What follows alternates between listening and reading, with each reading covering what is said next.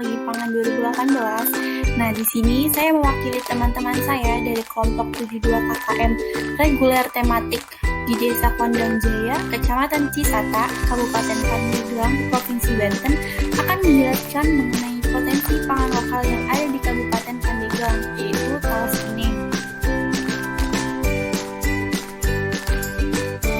Talas bening atau dengan nama latinnya Xanthosoma undipes itu merupakan salah satu sumber karbohidrat indigenus yang hanya dapat tumbuh di Provinsi Banten. Nah, talas jenis ini itu berbeda dengan talas yang ada di Bogor. Itu termasuk ke dalam jenis Colocasia esculenta. Nah, bening sendiri merupakan singkatan dari besar dan koneng. Koneng itu dalam bahasa Sunda artinya itu kuning. Nah, warna umbi pada talas ini berbeda dari talas pada umumnya, yaitu kuning karena adanya pigmen beta-karoten pada talas ini. Sementara itu, dari segi ukuran, talas ini sangat berbeda dengan talas lainnya. Berat umbinya itu bisa mencapai 30 kg, untuk tinggi tanamannya itu bisa mencapai 1,2 sampai dengan 2,5 meter. Kemudian untuk diameter umbinya itu bisa mencapai 45 sampai 55 cm. Habitat tumbuhnya, talas ini hanya dapat tumbuh di Kabupaten Pandeglang, khususnya itu di daerah Desa Juhut, Kecamatan Karangtanjung, Kabupaten Pandeglang. Talas ini tumbuh di dataran rendah tropis dengan tinggi 250 sampai dengan 700 meter DPL menurut Mutakin 2015. Jadi, sebelum tahun 2007, talas ini tuh tumbuh secara liar seperti tumbuh di kebun atau di sekitar sungai, parit-parit. Akan tetapi, pada tahun 2007 ini masyarakat Pandeglang sudah mulai sadar nih bahwa talas bening itu memiliki potensi yang sangat tinggi, sehingga sekarang sudah mulai dibudidayakan. Menurut BPTP Banten 2017, talas ini bisa dipanen pada usia 8 sampai dengan 12 bulan. Kemudian kita bisa lihat distribusi budidaya talas bening berdasarkan Dinas Pertanian Kabupaten Pandeglang pada tahun 2020 bisa kita lihat pada tabel yang ditampilkan, yaitu daerah asli untuk pertumbuhan talas bening ini terdapat di Kecamatan Karangtanjung. Hal ini dibuktikan dengan lahan budidaya yang lebih banyak dibandingkan kecamatan yang lainnya yang ada di Kabupaten Pandeglang. Sementara itu, untuk Kecamatan Cisata dari tahun 2015 sampai dengan tahun 2019, lahan budidayanya ini masih bersifat konstan. Artinya itu tidak adanya penurunan ataupun kenaikan, yaitu hanya sekitar 5 hektar saja untuk lahan budidaya talas bening ini. Nah, karakteristik kimia dari talas bening ini bisa dilihat pada tabel, itu potensi talas bening ini cukup tinggi karena merupakan salah satu sumber karbohidrat yang mungkin bisa dijadikan salah satu alternatif substitusi dari tepung terigu. Dapat dilihat dari tabel perbandingan karakteristik kimia talas bening dengan talas lainnya, yaitu talas Bogor, Kalimantan Barat, dan talas Malang. Berdasarkan tabel tersebut, kandungan protein talas bening lebih tinggi dibandingkan talas lainnya, yaitu sebesar 8,77%. Akan tetapi, talas bening ini memiliki kelemahan atau kekurangan, yaitu talas bening ini memiliki kadar kalsium oksalat tertinggi juga dibandingkan dengan talas lainnya, yaitu sebesar 61.783,75 ppm. Karakteristik kimia lainnya itu talas bening ini karena dia berwarna kuning, maka dia memiliki pigmen beta-karoten sebesar 0,0213 mg per 100 gram. Kemudian juga dia memiliki vitamin C sebesar 0,0163 mg per 100 gram. Serat pangannya itu cukup tinggi, yaitu 7,19%, dan kalorinya itu cukup rendah, yaitu sebesar 83,7 kilokalori. Untuk mineral zat besinya atau Fe itu sebesar 12,1 mg per 100 gram. Dan zinc atau Zn yaitu sebesar 8,41 mg per 100 gram. Vitamin B1-nya itu 0,73 mg per 100 gram, dan vitamin B2-nya itu 0,72 mg mg per 100 gram. Ya, kita mendapatkan informasi ini berdasarkan dari Tung Riani 2012, PPTP Banten 2017, dan Sofyan 2017. Seperti yang kita telah sebutkan bahwa kadar kalsium oksalat ini pada talas bening ini cukup tinggi ya. Nah, kalsium oksalat ini jika terkonsumsi akan menyebabkan gatal pada mulut. Karena talas bening memiliki kadar kalsium oksalat yang tinggi, maka diperlukan suatu metode untuk menurunkan ataupun menghilangkan kadar kalsium oksalat pada talas bening ini.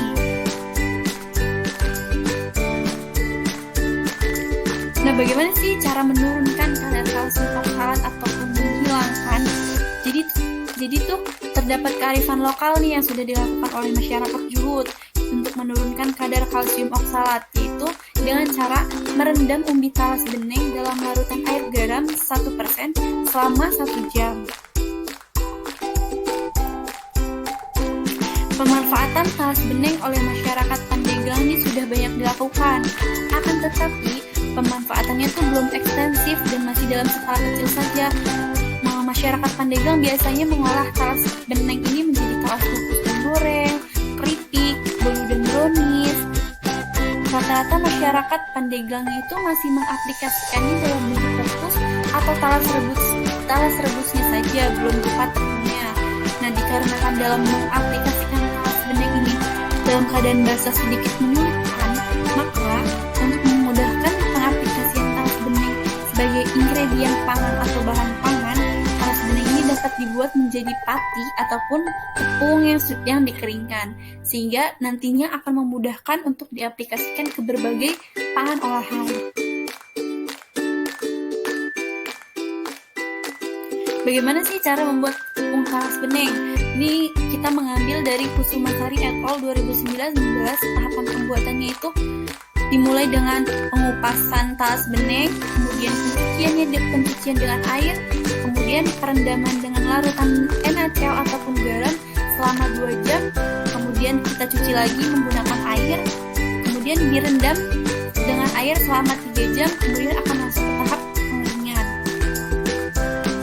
Setelah proses pengeringan, kita akan masuk ke tahap penggilingan dengan hammer mill ataupun alat penggilingan lainnya. Kemudian kita melakukan proses pengayakan untuk mendapatkan tepung talas bening yang lebih halus. Kemudian kita akan masuk ke dalam pengemasan yang nantinya akan siap untuk diperjualbelikan. Karakteristik tepung talas bening. Nah, tepung yang dihasilkan itu sedikit kasar nih, sehingga sebelum dijadikan bahan baku pembuatan pangan olahan, sebaiknya tepung talas bening ini diayak terlebih dahulu dengan menggunakan ayakan 100 mesh atau yang lebih tinggi agar didapatkan tekstur pangan olahan yang lebih lembut. Tepung yang kasar atau ukuran partikel tepung yang besar akan menghasilkan produk olahan dengan tekstur yang kasar seperti biskuit dengan menggunakan bahan baku oat atau gandum utuh. Nah, tepung talas bening yang telah diayak tadi menunjukkan tingkat kelarutan yang baik di dalam air.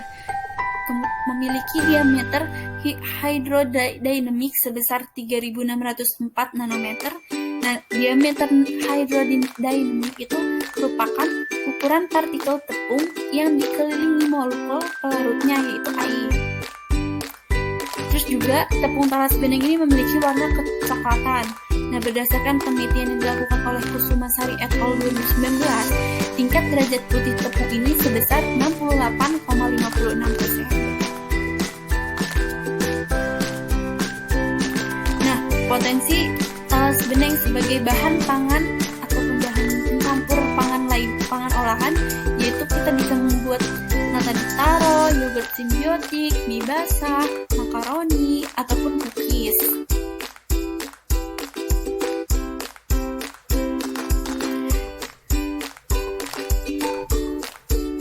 Nata de taro berdasarkan penelitian yang dilakukan oleh Hakiki dan Maulani di tahun 2019. Jadi nata de taro ini seperti nata de coco. Nah, pada produk ini tuh menggunakan starter Acetobacter celinum.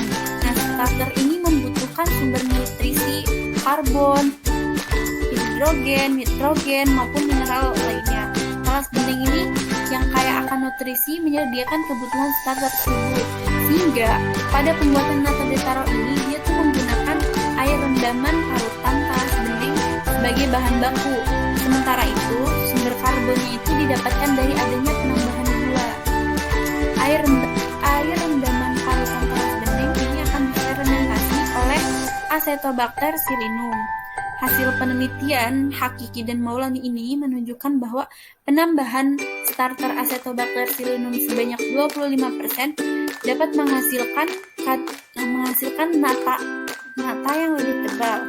Nah, kadar seratnya juga lumayan cukup tinggi, yaitu sebesar 4,99%, serta tekstur dan aroma yang lebih baik. Nah, panelis juga menyukai nata de taro yang telah dibuat ini. Bagaimana sih tahapan pembuatan nata de taro? Tahapannya itu pertama, jadi sebanyak 1 kg talas bening itu disortasi terlebih dahulu.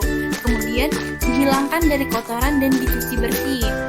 Talas bening yang sudah bersih kemudian akan dipotong dadu dan dihaluskan dengan menggunakan blender. Kemudian talas bening yang telah halus tersebut ditambahkan air sebanyak 1 liter dan diendapkan selama 24 jam sampai terpisah antara air dan pati talas bening. Air hasil endapan pati akan digunakan sebagai bahan baku pembuatan nata de taro.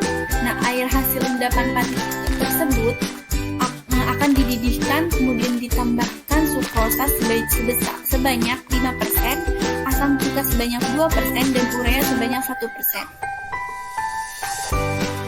Media yang telah dibuat kemudian didinginkan hingga suhu ruang atau hingga suhu 25 derajat.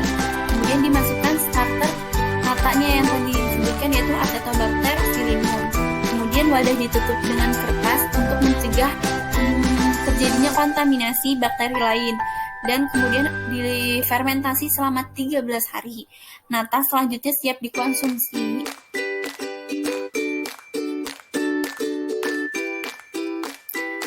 Yogurt simbiotik yang penelitiannya dilakukan oleh Kusumasari dan Pamela pada tahun 2019.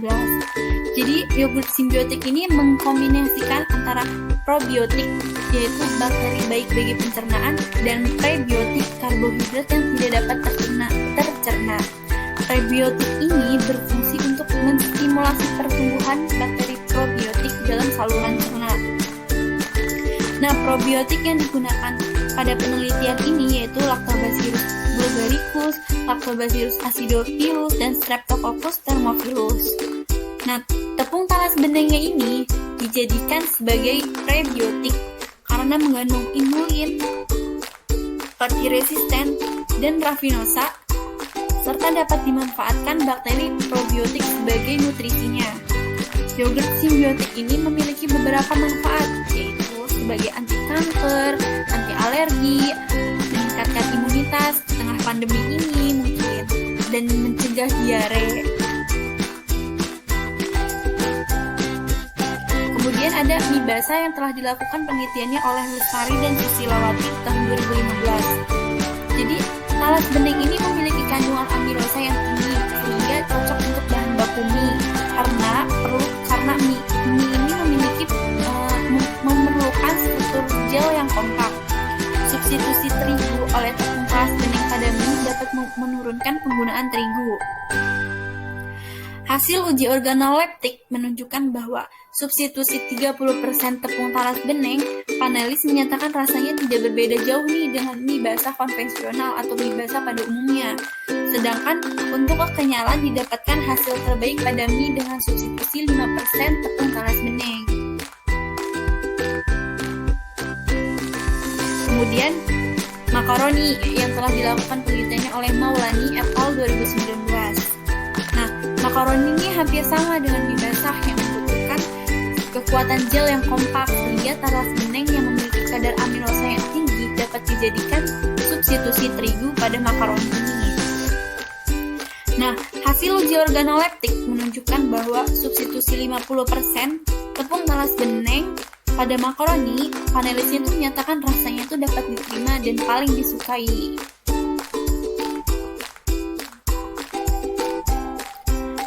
Cookies yang telah dilakukan penelitiannya oleh Yuniarti et al. 2019. Jadi dikarenakan cookies itu tidak memerlukan pengembangan dan kadar amilosa pada tepung talas bening itu tinggi, maka tepung talas bening ini dapat digunakan sebagai ingredien atau bahan pembuatan cookies.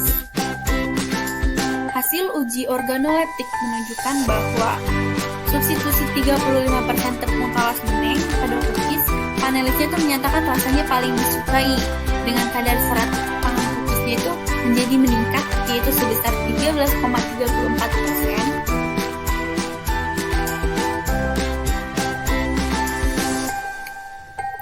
Sekian yang bisa kami sampaikan. Semoga apa yang kami sampaikan pada video ini dapat bermanfaat bagi masyarakat umum dan juga masyarakat Desa Kondang Jaya pada khususnya. Semoga apa yang kami sampaikan juga bisa membuka ladang usaha baru dengan memanfaatkan talas bening yang merupakan salah satu pangan lokal yang ada di Kabupaten Pandeglang menjadi suatu pangan olahan yang memiliki nilai jual yang tinggi. Sekian kurang lebihnya. Mohon maaf bila ada kesalahan kata-kata. Terima kasih. Sampai jumpa di lain kesempatan dengan informasi-informasi yang bermanfaat.